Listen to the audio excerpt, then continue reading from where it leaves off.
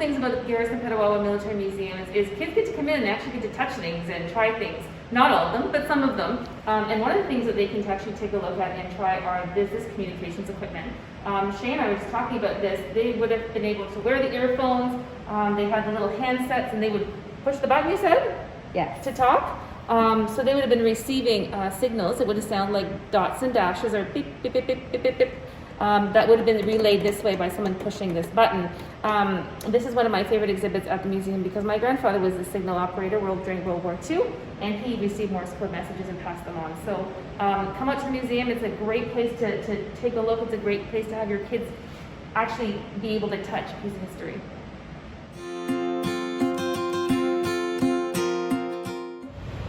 This is Betsy the Jeep, and she is special for a couple of reasons, mostly because she flies.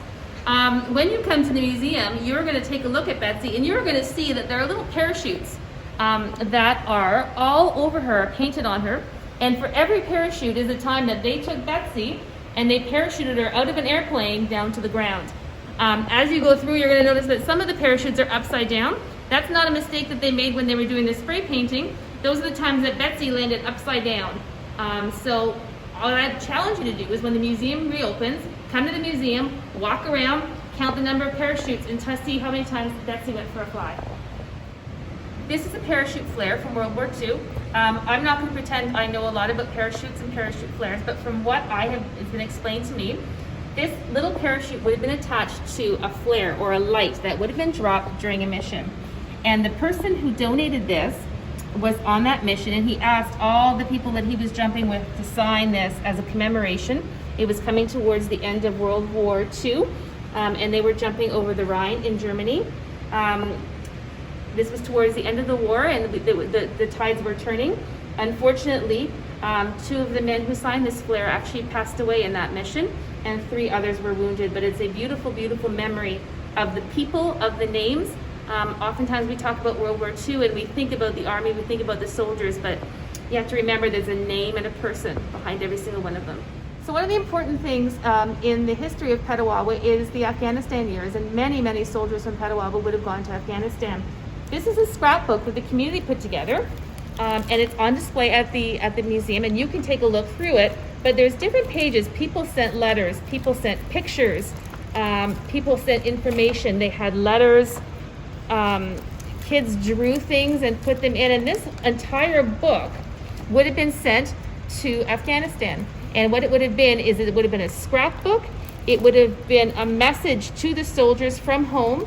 It would be a reminder that the people at home were missing them and that they loved them and that they wished them well, and they couldn't wait until they got home again.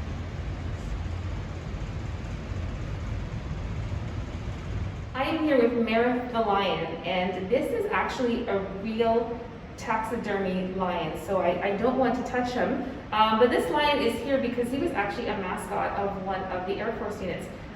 We have Ainsley Christensen here in the background, and she's going to explain to us. So Merritt came from where?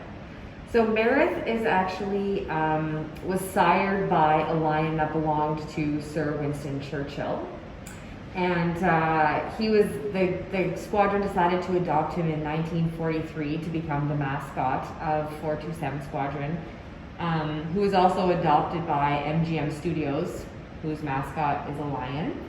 And so when he died, they had him taxidermied, and he's been with the squadron ever since. And he has a famous brother or cousin. The MGM lion is related to this fine specimen here. I just know that they, because the studio adopted them and the studio's mascot was a lion, they did adopt a lion as their mascot as well. So that was during the Second World War. A lot of the bombers that 427 flew during the Second World War were named after some of the very famous Hollywood female stars at that time. We do have a picture actually of a Halifax bomber, I believe, and it was named after Lorraine Bay, and there's a letter written and signed by her that was given to the squadron during the war. So coming down to the Garrison Petawawa Museums, you have a chance to see the lion.